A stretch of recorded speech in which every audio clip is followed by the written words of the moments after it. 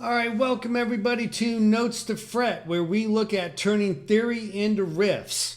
This is our first video in a series where we are going to dive into the circle of fifths and really concentrate on it from a perspective of a guitar player's needs for taking this fundamental piece of music theory and really being able to apply it to our songwriting. But again, this video and this entire series, this entire channel, is geared very much towards guitar players. With that said, this is part one of a three-part series that we're going to be looking at for the Circle of Fifths, with kind of a bonus at the end, a bonus video. So with all that being said, let's go ahead and dive straight into figuring out exactly what this circle of fifths is all about and how it's going to help us write better songs, better solos, better riffs, better chord progressions, the whole shebang from a guitar player's perspective. When we're looking at the circle of fifths, right, we got a circle. And as we look at the circle of fifths, anytime you see anything laid out for the circle of fifths, you're going to see information on the right side that is geared towards a lot of sharps, and on the left side you're going to see a lot of information that's geared towards flats. And we're going to be looking at what all of this means, but for the time being we are going to concentrate initially on the right side. We'll move over to the left side afterwards. But right off the bat, before we start going in the clockwise direction, I want to pay attention to what comes at the very top of virtually all drawings that you see of circle of fifths, and it's our key of C major. Now the key of C major, virtually anytime you start a music lesson, you are going to have conversations around C major, and it's easy because there's no sharps and there's no flats, right? And here we have C major represented, just the letter C, and there's no sharp or flat indicator. This is all well and good. I just want to give you information that's going to be coming down the road to recognize right off the bat that the key of C major is a unique little beast. And here's what I mean.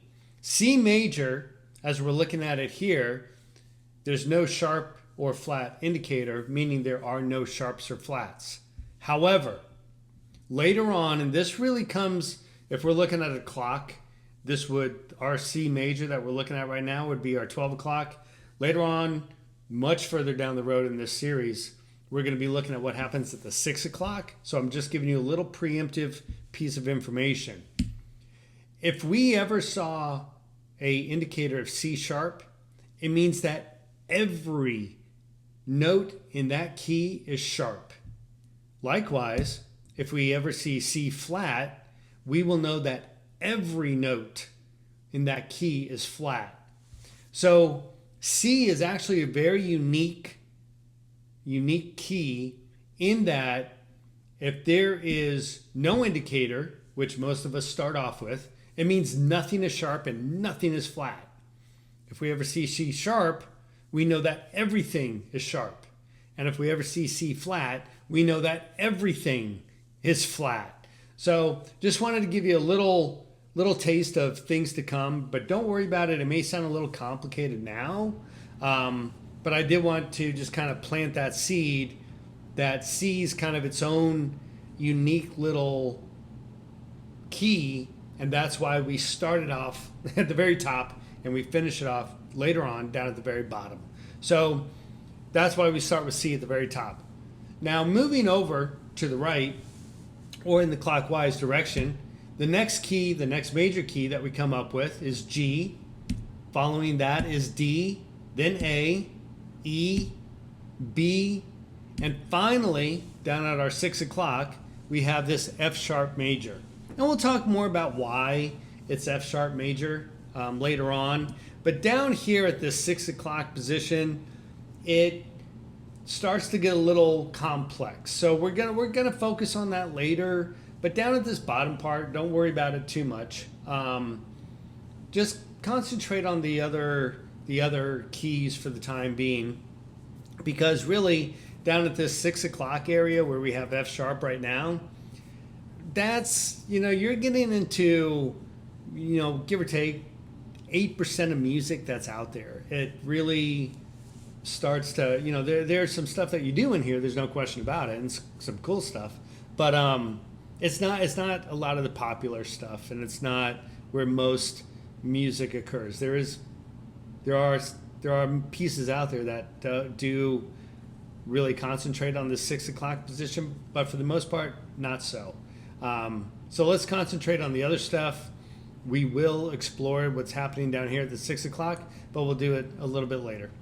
So for now, one of the ways that I like to remember it is I think about, back going to dance clubs. And if I'm trying to figure out what were the major keys again, what were they in the circle of fifths? Well, I know it starts with C, but the other major keys, that can become a little tricky. So the way that I remember it is girls dance and every boy fights. And if you want to say, fights hard, if you want to remember the sharp, that's fine, right? So I just remember this acronym, this statement: girls dance and every boy fights. And that gives me the major keys on the clockwise direction of the circle of fifths. If you have another phrase that you use to help you remember this, please, by all means, put it down in the comments. I would love to hear them. Everyone has something that resonates with them that makes the keys much more intuitive. So by all means, this might not resonate with somebody. Maybe yours does. So please put them down in the comments, because I'd love to hear them as well. But with that being said, let's go ahead and shift our focus now to the left side of the circle in the counterclockwise motion and see what we have over there. Now, when we're directing our attention over to this left side, we'll start to see flats rather than sharps. Even though right now we only see the F sharp on the right side, as we start moving along our pathway on this left side, we'll start to see flats, and we'll explore more of this later. Don't let it panic you, because it's so trivial. And I'll show you on the fretboard and everything else, but when somebody explains it, it's so easy. Don't worry about it. Don't read into it right now. We will get to it. So with that being said, now I have an F, right? So we're going in the opposite direction, F major. Now, the way that I look at this is I look at pictures of Woodstock from 1969 or whatever date it was, right? Regardless if it's, hyper before your generation, it's before my generation as well. But what I think about is everybody seems to be wearing freaking beads, whether it's beaded necklaces, beaded anklets, beaded bracelets, whatever. It doesn't matter. There's freaking beads everywhere. So the way that I remember the left side of the circle of fifths is I've got freaking B, right? So F major, B flat major, E flat major, A flat major, and D flat major. So I've got freaking beads.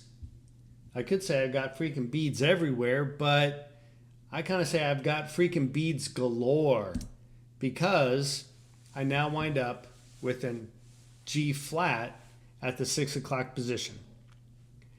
And again, these are just things that help me remember it. So when I'm looking at the right side, girls dance and every boy fights. And on the left side, the counterclockwise direction, I got freaking beads galore. Again, by all means, please put in your whatever acronym or statement you use to remember these. Please put them in the comments. I would absolutely love to read them. So anyways, with that being said, we now understand the major keys of the circle of fifths. That's that outside circle. Now, with that being said, we also have this inside circle that we need to pay attention to. And just as we look at the major keys in the circle of fifths, we also have to look at the minor keys in the circle of fifths. Now, what happens is every single one of these major keys, whether it's the C major, the A major, the E flat major, the D flat major, or the F sharp major, it doesn't matter. They all have what we call a relative minor. Now the relative minor, for example, we'll use C major. C major has no sharps and no flats. The relative minor for C major is A minor. We'll explore why this happens later, but the relative minor for C major also has no sharps or no flats. But you may be thinking to yourself, how did we get from C major to A minor? How is that even coming about? How did that happen? Was that random? Well, no, it's not. And the way that we go from a major to figuring out its relative minor is we simply move back a minor third. And that to a guitar player is the most obnoxious statement most of us have ever heard. And the reason I know that is because it used to drive me crazy. Or, as opposed to saying a minor third, we could just move backwards 3 frets, right? Find a C virtually anywhere on your fretboard and move back 3 frets. And what you will find is you are on the note of A, and that will go from a C major to a relative minor, in this case A minor, for our C major. Now there's a reason, there's a very specific reason we say that we move back a minor third rather than always saying we move back 3 frets. If one of them is if you're talking with somebody who is playing a piano or a keyboard, saying you go back 3 frets doesn't make a lot of sense, right? Or you could say, hey, go left 3 keys.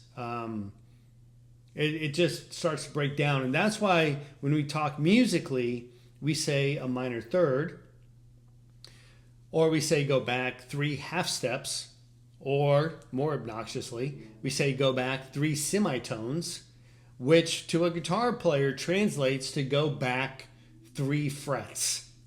But before we just go, okay, well, a minor third is always 3 frets. Let's look at a scenario where 3 frets doesn't always work for us, and we do have to talk a little bit more in depth using the minor third concept. So with that said, let's go ahead and take a look at the keyboard really quick. Or I'm sorry, let's take a look at the fretboard really quick. All right, so what we are going to take a look at now is finding the associative minor from a given major. And we spoke about, going back 3 frets, minor third, all that good stuff, right? So again, kind of sticking with normal, normal convention, we're just going to find a C. And you can find a C anywhere on your fretboard that you want. I'm just going to find it right here on the G string. And I'm going to move back 3 frets, right? So the first fret, 1 fret, 2 fret, 3 fret, and then I'm going to wind up on an A, right? So again, I'm on the C, I move back 1, 2, 3, I'm on the A, right? That's my relative minor. Same thing, if I wanted to move up here to the D string on the C, move back 1, 2, 3, I'm on the relative minor, okay? And that's gonna work pretty much everywhere, right? So if I want to go to B flat, and I want to find the relative minor, right? So move back from the B flat, move back 1, 2, 3, and there I am, right? So again, wherever you are, you just want to move back 3, 1, 2, 3, and there I am on the G, okay? Again, on the E string, I know this is a 7-string guitar, and this is just a B, but I'm on the typical 6 string right here. So I'm on B flat, and I move back 3 frets, 1, 2, 3, and I wind up on G. Okay.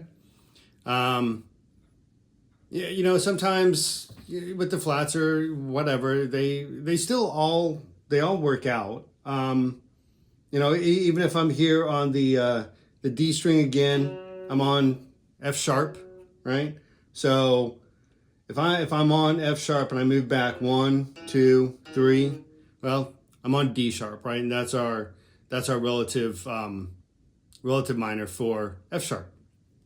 All right, again, so I'm on F sharp here, and I move back 3, 1, 2, 3, and there I am on D sharp. Okay, so always moving back those 3 frets is going to give you your relative minor. And just for, again, for, you know, looking at completeness, to bring up C sharp as well, we'll start on our E and we'll move back 3 frets, right? 1, 2, 3. And there we are, we're on C sharp.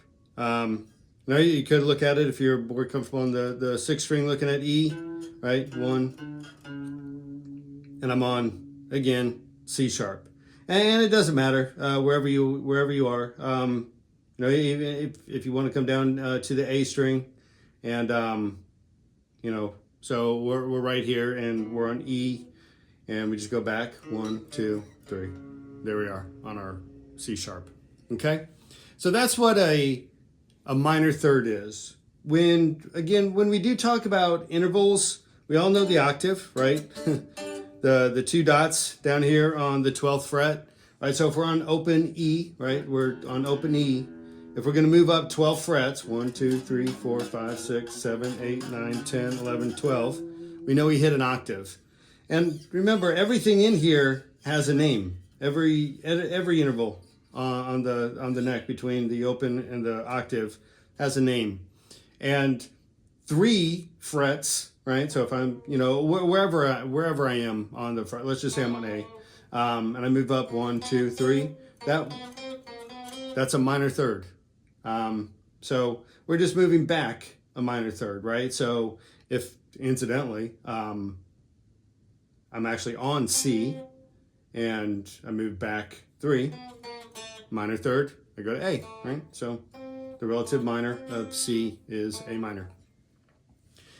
The one thing we spoke about in the earlier video is, why do we use the term minor third sometimes as opposed to always just saying move back 3 frets, right? Because if we're in C and we move back 3, that's a very easy conversation to have with a guitar player. Move back 3 frets, 1, 2, 3, no problem. Okay, but let's say that I'm on the A string and I'm on C and I want to find the relative minor. Well, right, I can move back 1, 2, and what happens here? Am I on the A, the relative minor? Yeah, I am. But did I move back 3 frets? Well, I definitely moved back 2. It's probably arguable as to whether or not this open is the 3rd fret or not. Maybe it is, maybe it isn't. But if you're on F and you want to find the relative minor for F, well, you can see that you're not going anywhere, right? So here, you know, you'd have to find your F, and you wouldn't run into this again all of a sudden. So you know, you might have to, you know, maybe you wind up doing F down here.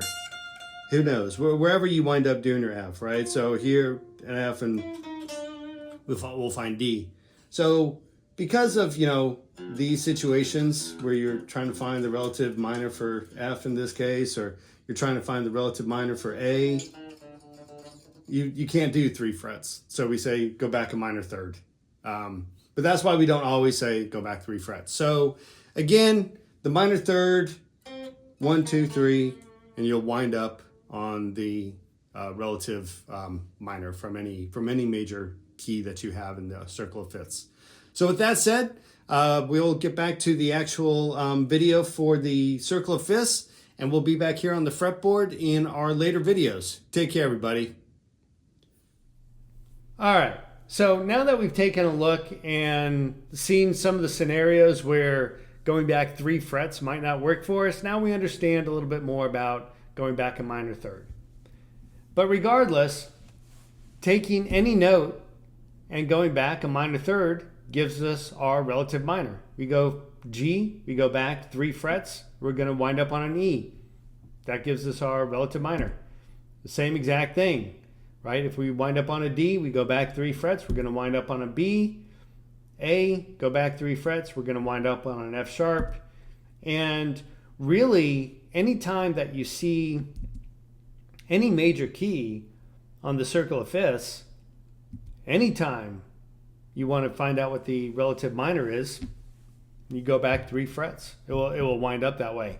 Now, a lot of beginners would think, oh, well, that makes sense on the right side. What about the left side? It's the exact same thing, right? And we looked at this a little bit on the fretboard a little while ago as well, right? It's no different. If we're on B flat major, go back 3 frets, we're going to wind up on a G. And it really is this straightforward. As long as you know what your major keys are, remember, girls dance and every boy fights, and there's freaking beads galore anytime you look at a picture of Woodstock. You remember your majors, go back 3 frets, you will have your minors. It's that simple. And it's one of the reasons I don't try to, put an acronym or anything around the minors, right? Saying no different, even though we're down at this 6 o'clock kind of weird position, G flat, go back 3 frets, you're going to wind up on an E flat. Now, the thing about the circle of fifths is a lot of beginners will stop here. They'll use the circle of fifths for nothing more than to look at the major and figure out what its associative minor is. And while that's incredibly useful, there's so much more that this circle of fifths unlocks.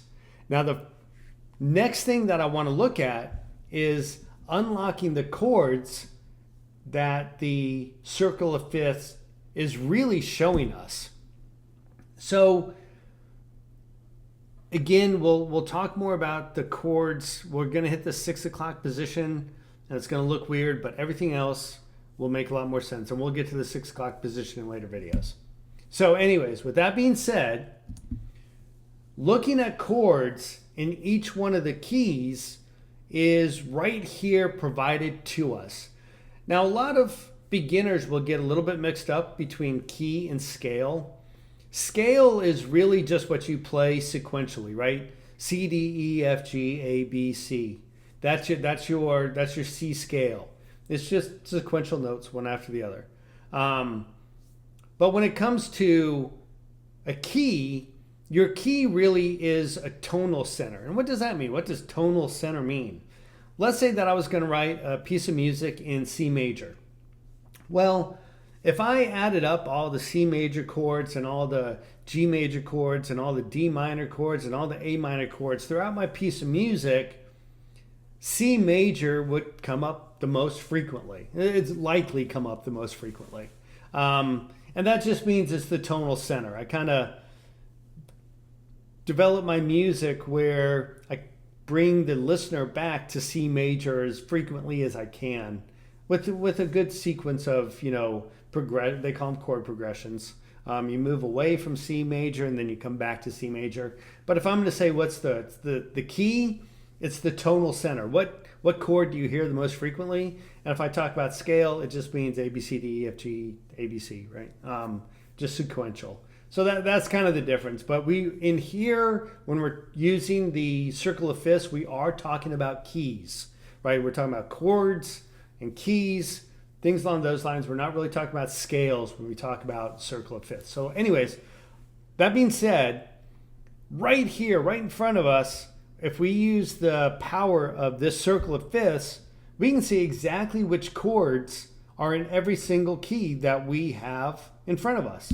For example, if we look at our C major chord, we can see that if we look at the C major key, we can see that the chords in C major are C major, F major, D minor, A minor, and E minor, right? Now you may be asking yourself, what happened to B? B is a diminished thing, and I call them demented chords. They're a thing, and they're used, but they're one of those chords that are used sparingly, and once you really know what you're doing, you can use them very effectively. But generally speaking, as we're learning, I'm just putting it off to a later video. I haven't forgotten about the B chord, and then the other chords, the other keys have diminished chords as well. I'm just leaving those out for the time being, right? So when we look at this, we're looking at the 6 most prominent chords in a key. And right here, C major, F major, G major, D minor, A minor, E minor. And again, if we go to G major, what are the chords in G major? Well, C major, D major, A minor, E minor, B minor. Right? It's all right here. No different. We move into D, D major. We got the E, B, and F sharp minor, and the G, D, and A major. No different when we start moving into the A major. Now we're getting some more sharps involved, and we'll look at how this kind of comes about later. But in the A major key, we have the D major, the E major, the B minor, F sharp minor, and C sharp minor. I mean, don't let the sharps mess you up. It's still a C minor key, but it's sharp. It's still an F minor, it's still an F minor chord, a C minor chord. It's just sharp, right? So it'd go up half a fret, really. That's about it. No different, right? And this keeps on going. Even all the way up to B major, we still have the F sharp major, the E major, the B major, the D sharp minor, the G sharp minor, and the C sharp minor. That still works just fine. Where it starts to get a little bit confusing, again, kind of coming down to that 6 o'clock, all of a sudden we're breaching into this weird G flat sort of thing going on down here if we're in the key of F sharp major. And that, it's not confusing later on once somebody explains it, which I will. But when you first see it, it might seem confusing. It's just not. It's just different, a little bit different than everything else. So don't worry about this 6 o'clock position, but I do want to show kind of where things seemingly get weird down at the bottom. But moving back from this, if we look at the opposing side, right, going in the clockwise direction, the counterclockwise direction, F major, we've got F major, C major, B flat major, G minor, D minor, A minor, right? So on and so forth. No real difference here. We're just kind of moving along, and we can see all the chords in each one of our keys. So if somebody were to say, hey, what are the chords in the G minor key? Well, you'd say G minor is D minor, C minor, E flat major, B flat major, and F major. Or they may say, hey, what are the chords in B flat major? Well, B flat major, E flat major, F major, G minor, D minor, E minor. That's it, right? And you keep on moving along the circle, and you keep coming up with all the keys, all the chords that are in the key. No different when we get into our D flat, same exact thing. And here, once we're into our G flat, kind of getting down to that 6 o'clock position, things seemingly get moved around, but we'll talk more about this. But as we look at everything from the circle of fifths so far, we know all our major chords, or our major keys. We know the corresponding minor key, and we know all the chords in each one of those keys just by using this. And when you kind of see the circle of fifths kind of break out this way, it becomes very eye-opening for your songwriting. So anyways, with that said, I think this is a lot to kind of digest right off the bat. Watch the video again if you need to. But this really starts to give the initial unlocking of what the circle of fifths is really providing us. And as we move along into the next video, we're going to dive into a lot more of the secrets that the circle of fifths provides us. So I'm looking forward to seeing you in that next video. Take care, everybody.